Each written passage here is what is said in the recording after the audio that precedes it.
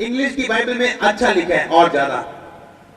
जब आप इंग्लिश की बाइबल पढ़ते हैं, मत्ती 6 पढ़ते हैं जब आप, तो उसमें और ज्यादा अच्छा लिखा हुआ है। उसमें लिखा है कि अगर तू सीक्रेट में प्रेयर करेगा, मैं आपको हिंदी में उसकी ट्रांसलेशन करके बताता हूं।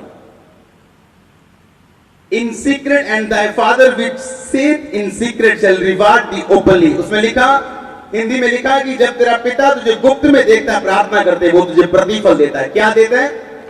प्रतिफल का यूनानी मतलब है, यूनानी भाषा में जो प्रतिफल का मतलब है उसका मतलब है एपोडिडोमी, जिसका मतलब है रिवॉर्ड, जिसका मतलब है तनख्वाह देनी, जिसका मतलब है वेजिस, मजदूरी देनी। क्या देनी? हिंदी में लिखा, जब तू प्रार्थना करे तो पखंडियों के समान बक बक मत कर। उनको लगता है कि शायद उनके ज्यादा शब्द बोले जाने से। आज जब आप प्रार्थना कर रहे थे, मैं आपको बात बता रहा था कि आपकी प्रेयर काम नहीं करती जब तक परमेश्वर का वचन उसके साथ मिला हुआ नहीं है। आमीन। अगर आप बीमार हैं और आप सिर्फ बोले जाए परमेश्वर कुछ कर, परमेश्वर कुछ कर, परमेश्वर कुछ नहीं कर पाएंगे, क्योंकि वो आपके विश्वास के अनुसार आपको चंगा करते हैं, आपकी जरूरत के हिसाब से नहीं। हालेलुया। बाइबल में लिखा है जब तू गुप्त में प्रार्थना करेगा, हिंदी में लिखा तेरा पिता तुझे प्रतिफल देगा। हिंदी ने कुछ बातें खा ली। इंग्लिश में लिखा जो चीज तू सीक्रेट में करेगा तेरा पिता तुझे रिवॉर्ड देगा ओपनली।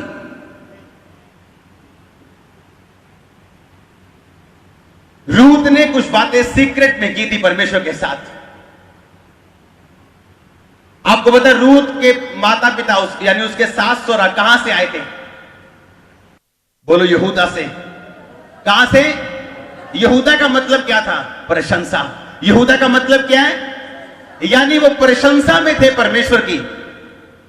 और एक अकाल पड़ा, ध्यान हो गया, ओ मोआब देश में बड़ा अन्न है, हम इस देश को छोड़ के मोआब में जाएंगे। और मोआब उन लोगों का देश था, मोआब उन लोगों का देश था जिस देश में वो वंश उन लोगों के थे जो अपने बेटी के साथ सो के जिसने वंश पैदा किया था। और परमेश्वर इस बात से नफरत करते थे इस कारण उन लोगों से। यहूदा का मतलब क्या है? प्रशंसा। यानी रूथ का परिवार शादी होने से पहले, जब रूथ के माता पिता सोरा सास सोरा कहां रहते थे? प्रशंसा में। अब शैतान ने एक अटैक किया, अन्न खत्म हो गया। अब ध्यान कहां चला गया? वो देश की ओर जो देश परमेश्वर को बिल्कुल पसंद नहीं था। अब नियोमी और उसके पति ने और उसके दोनों बच्चों ने फैसला किया कि हम जाएंगे उस देश में जहां अन्न मिलेगा, हम इस प्रशंसा को छोड़ देंगे। क्या हुआ? मोआब देश में चले गए। थोड़े सालों के बाद नियोमी का पति क्या हो गया?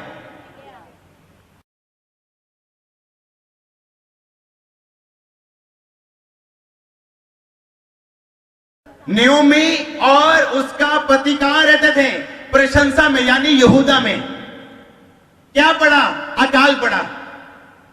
और नियोमी के पति ने फैसला किया, अकाल पड़ा, अब हम जाएंगे कहां पे? मोआब में। कौन सा मोआब? वो मोआब जो पिता के साथ एक बेटी सो के वंश को पैदा करती, जिससे परमेश्वर नफरत करते थे, वहां चला गया। वहां जाने के बाद क्या हुआ? नियोमी का पति क्या हो गया? मर गया। और उसके दोनों बेटों ने उन्हीं औरतों के साथ क्या कर ली? और दोनों बेटे भी क्या हो गए? जब वापस जाती है क्या बोलती है? लोग बोलते नियोमी आ गई। नियोमी बोलती है नियोमी ना को मैनू की कहो, मैनू मारा कहो, क्योंकि परमेश्वर ने मैनू की कर देता? कोड़ा कर देता। पहले कहां रहती थी वो? प्रशंसा में। अगर आप लड़ेंगे नहीं, अपनी प्रशंसा जो परमेश्वर ने आपको दी है, वो आपको, आपकी प्रशंसा, परमेश्वर की गवाही को आपकी जिंदगी में खत्म कर देगा शैतान। ये जो हम मत्ती 6 पढ़ रहे हैं, इसमें लिखा प्रतिफल। मैंने आपको जो पढ़ाया था यूहन्ना 15 उसकी 16 में, उसमें क्या था? फल। फल और प्रतिफल में क्या है? फर्क है।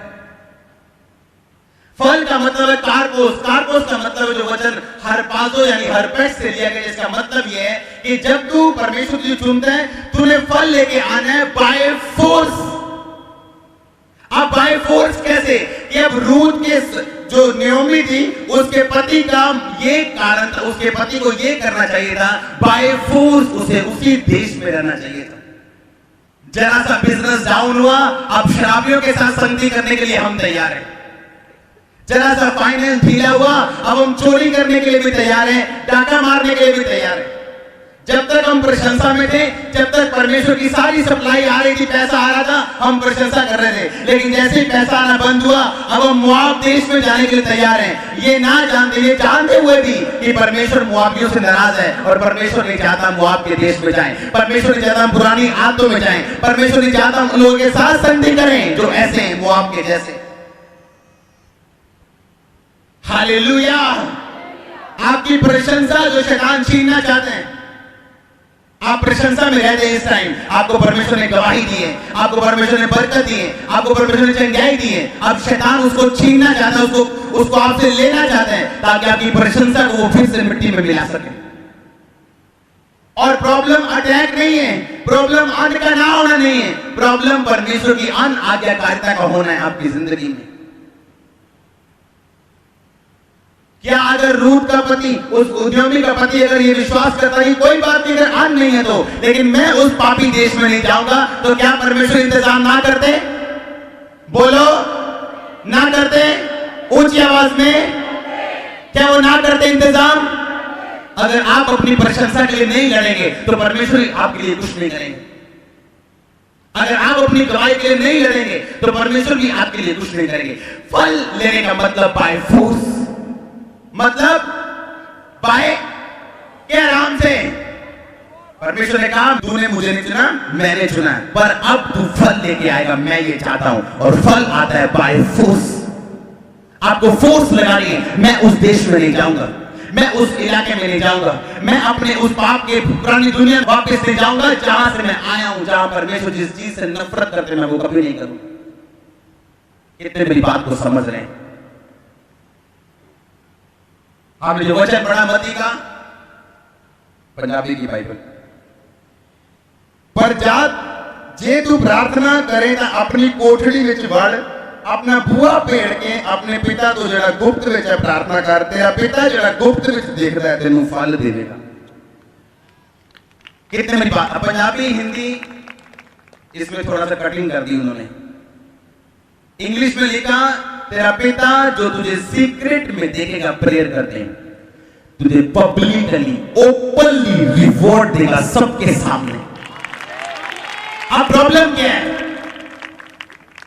देखो, नयोमी ने फैसला, उसके पति ने फैसला किया कि हम गुप्त में प्रार्थना नहीं करेंगे, हम परमेश्वर के सामने रोएंगे नहीं, हम प्रशंसा के लिए लड़ेंगे नहीं, बस हम अपने शरीर के हिसाब से चलेंगे। अगर यहां प्रॉब्लम आ गई तो वहां चले जाएंगे, हाँ या ना।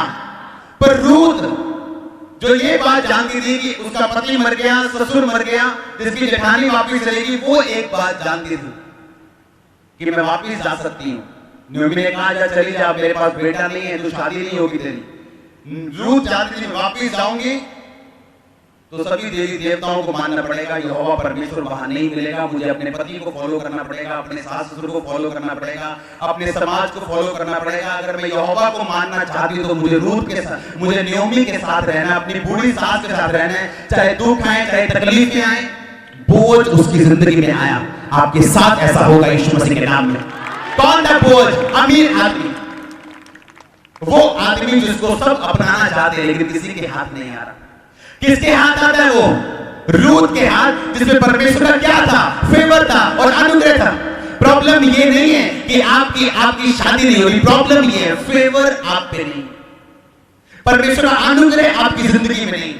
अनुग्रह को आप अट्रैक्ट कर सकते हैं अपनी ओर। रूथ ने एक बार ऐसा आया, परमेश्वर यीशु मसीह ने कहा था जो तू मेरे लिए, परमेश्वर ने कहा ये पैसे, अगर तू ये पैसे मेरे लिए खो देगा तो तू इसे क्या करेगा? पाएगा। अगर तू मेरे लिए इसे पाना चाहेगा तो उसे क्या करेगा? पैसे वापस कर। कितने मेरी बात को समझ रहे हैं? परमेश्वर ने कहा अगर तू मेरे लिए अपना प्राण क्या करना चाहेगा? बचाना चाहेगा तो उसे क्या कर देगा? तू उसे खो देगा। पर अगर तू मेरे लिए अपना प्राण खोना चाहेगा उसे क्या करेगा? रूथ ने कहा मैं वापिस जाऊंगी, सुख मिलेगा, हस्बैंड मिलेगा, सब कुछ मिलेगा, सूट मिलेंगे, कार मिलेगा, सास मिलेगी, सोना मिलेगा, सारा कुछ मिलेगा, पर परमेश्वर नहीं मिलेगा। उसकी जेठानी ने सोचा सब कुछ मिलेगा, यहाँ परमेश्वर मिलेगा अकेला, वहां सब कुछ मिलेगा, चलो कोई नहीं, मूर्ति में परमेश्वर समझ के मत्था टेक लाएंगे और वापिस चलेगी। रूथ ने क्या कहा, मैं परमेश्वर को चूज करती हूं, बाकी छोड़ती हूं, मैं अपने प्राण को, अपने पैसे को गवाती हूं। रूथ ने 100 गुना पाया।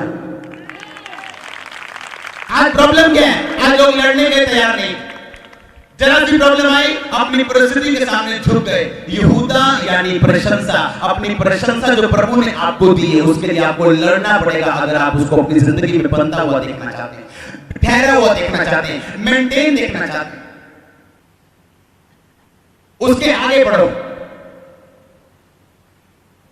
फिर बढ़ो आगे। प्रार्थना के बाद परमेश्वर प्रार्थना करना सिखाते हैं, उसके आगे फिर बढ़ो। जहां उपवास के बारे में लिखा 16 आयत में लिखा है, जब तुम उपवास करो तो कपटियों के समान तुम्हारे मुंह पर उदासी न छाई रहे, क्योंकि वे अपना मुंह बनाए रहते ताकि लोग उन्हें उपवासी जाने। मैं तुमसे सच कहता हूं, वे अपना प्रतिफल पा चुके। पर जब तू उपवास करे, अपने सिर पे तेल मल, मुंह धो, लोग नहीं तेरा पिता जो गुप्त में तुझे उपवासी जाने, इस दशा में तेरा पिता जो गुप्त में तुझे देखेगा, लोगों के बीच में तुझे फल देगा। कितने समझ रहे मेरी बात को? परमेश्वर ने कहा जब तू उपवास रखे तेरा रंग ना उड़ा होवे, तू उस दिन ना मुंह धोवे, ना कंघी करे, ना कपड़े बदले, तेरा पूछे पाजी की है, तेरा रोजा रखा है, और तेरे पूरे रिश्तेदारों को बताओ तुमने रोजा रखा, और तेरी मम्मी को बताओ तेरा पेट, तेरा मुंह देके कि आज इसने रोजा रखा हो। उसने कहा जब तू उपवास करे तो कैसे करना है? कहता सिर तेल मल के ना ते मुंह नु। उस टाइम में जब लोग तेल मलते थे, इसका मतलब तैयारी, इसका मतलब मैं तैयार हूं मार्केट जाने के लिए, इसका मतलब मैं तैयार हूं रिश्तेदारों में जाने के लिए, इसका मतलब मैं तैयार हूं शादी में जाने के लिए। तेल लगाने का और मुंह धोने का मतलब ये है, यानी लोग तुझे कभी भी जज ना करने पाए तेरा फेस देके कि आज तूने रोजा रखा हो। परमेश्वर ने कहा अगर इस तरह तू रोजा रखेगा, मैं तुझे, तू रखेगा तो गुप्त में, पर मैं लोगों के बीच में तुझे रिवॉर्ड दूंगा पब्लिक। और अगर तू पब्लिकली उसे अनाउंस कर देगा, अपने चैरिटी को, अपने हर चीज को, अपने बोलने को, अपने हर चीज को, गवाही अलग बात है, लेकिन अपने आप को बोलना, अपने आप को बताना अलग बात। मैं आपको बताता हूं मैं क्या बोलता हूं, कितना बोलता हूं, लेकिन मैं जानता हूं जो मैं गुप्त में बोलता हूं परमेश्वर मुझे पब्लिकली उसका रिकॉर्ड देता। मैं ऐसे लोगों को जज करना बंद कर दूं। मैंने ऐसे परमेश्वर के दास को देखा, जब मैं उसके पास गया तो मैं जितने दिन भी उसके साथ रहा, उसने एक भी रोजा नहीं रखा, पर जब वो पुलपिट पे आता था सामर्थ्य बहती थी, अभिषेक पहले प्रोफेसीज होती थी। उन्होंने कहा आज मुझे देख के ये जज मत कर कि मैंने 3 दिन रोजा नहीं रखा, मैंने मेहनत की है, मैं आज भी रोजे रखता हूं, पर तू मुझे जज मत कर। कितने मेरी बात को समझ रहे हैं? कुछ लोग गुप्त में प्रार्थना कर रहे हैं, गुप्त में रोजा रख रहे हैं, आप उन्हें जानते नहीं, लेकिन पिता ने कहा मैं उन्हें कहां प्रतिफल दूंगा, पब्लिकली, ओपनली, मैं सबके सामने उन्हें रिवॉर्ड दूंगा, सबके सामने उनकी आशीष दिखाऊंगा, सबके सामने मैं साबित करूंगा कि मैं इसके साथ और मैंने इसको ऊंचा किया। कितने लोग हैं आप में जो रोज गुप्त में प्रेयर करना जानते हैं? बहुत कम। पारिवारिक प्रार्थना जरूरी, जहां आप अपने परिवार के साथ बैठते हैं और प्रेयर करते हैं, लेकिन वो प्रार्थना भी जरूरी है जब आप अपने पिता के साथ अपने संबंध को बनाने के लिए, उसे मेंटेन रखने के लिए आप प्रार्थना में जाते हैं, गुप्त प्रार्थना। आज प्रॉब्लम कहां पे है? लोगों की रिलेशनशिप मेंटेन नहीं है परमेश्वर के साथ। मैं गारंटी के साथ कहता हूं, अगर नयोमी का हस्बैंड, उसकी रिलेशनशिप, संबंध परमेश्वर के साथ मेंटेन होता तो वो कभी भी मोआब में जाने के लिए कभी नहीं जाता। मैं आपको गारंटी के साथ ये भी बताता हूं कि नयोमी के पति की प्रार्थना नहीं थी, क्योंकि प्रार्थना तब व्यक्ति बंद करता है जब व्यक्ति परमेश्वर की बातों को सुनना छोड़ देता है। वो तब प्रार्थना बंद करता है जब वो परमेश्वर के वचन को इन जानबूझ के वो जानता है कि मैं ये काम नहीं कर सकता, वो प्रार्थना करना छोड़ देता। और परमेश्वर ने कहा जब तू गुप्त में प्रार्थना करेगा मैं ओपनली तुझे रिवॉर्ड दूंगा, पब्लिकली तुझे रिवॉर्ड दूंगा, पब्लिकली मैं तेरी मजदूरी को तुझको दूंगा। आमीन।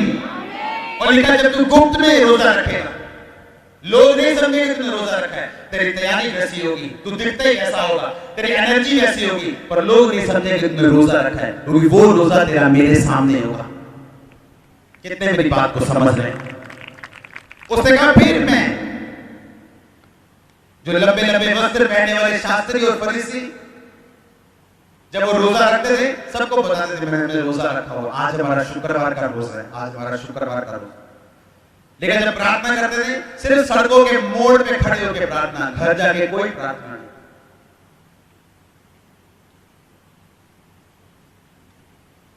हालेलुया। आज मैं एक व्यक्ति को बता रहा था कि जब मैं मसीह में आया पहले साल मैंने नाश्ता नहीं किया, पहले साल इतने हमारे ग्रुप में एक रूल था कि हफ्ते में 3 दिन रात के रोजे और 4 दिन के रोजे हम रखते थे। जिस दिन हम नाश्ता करते थे हमें अजीब सा लगता कि आज हम नाश्ता कर रहे हैं। कितने मेरी बात को समझ रहे हैं? आपकी प्रेयर लाइफ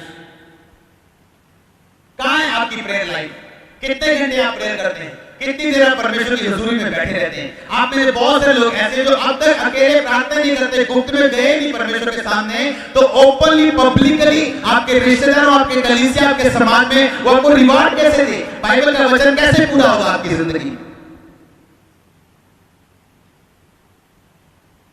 मुझे आज भी याद है जब मैं सेवकाई में बिल्कुल नया था, सेवा ज्यादा होने के कारण, लेकिन एक भी दिन अगर हमें मिलता था फुल डे, अगर शाम मुझे मिल गई, मान लो आज रात को मैंने 2 बजे तक काम किया, अगर अगली शाम मुझे 5 बजे में फ्री मिल गया तो 5 से रात 12-2 मेरी सिर्फ प्रेयर होती थी, सिर्फ इसलिए। और ये नहीं बंदिश या मैं कुछ चाहता हूं या मैं मसा चाहता हूं, सिर्फ मुझे आनंद था कि मैं परमेश्वर के साथ अब बैठा हूं, सिर्फ प्रार्थना कर रहा हूं, गुप्त में प्रार्थना कर रहा हूं। और आज लोग बोलते हैं कि पब्लिकली मुझे रिवॉर्ड परमेश्वर ने क्यों दिया।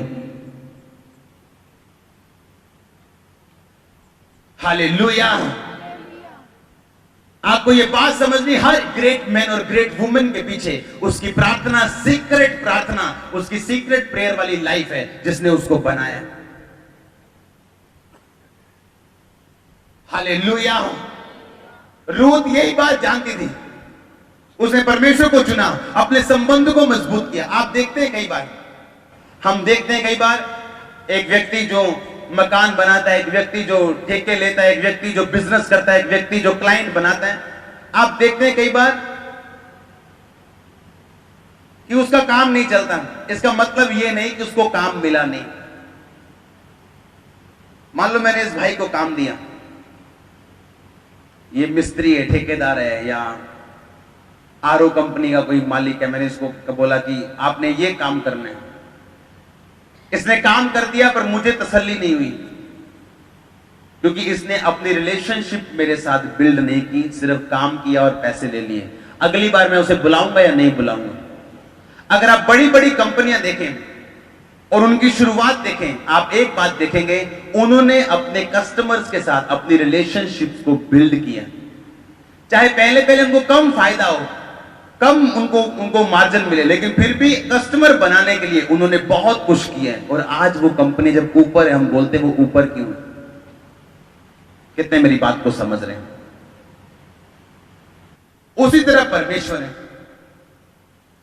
अगर हम रिलेशनशिप परमेश्वर के साथ बना के नहीं रखेंगे, बिल्ड करके नहीं रखेंगे, तो जब मौका होगा डिसीजन लेने का, फैसला लेने का, वो गलत ले लेंगे हम, क्योंकि हमारा जो परमेश्वर का रिलेशनशिप है वो मजबूत नहीं।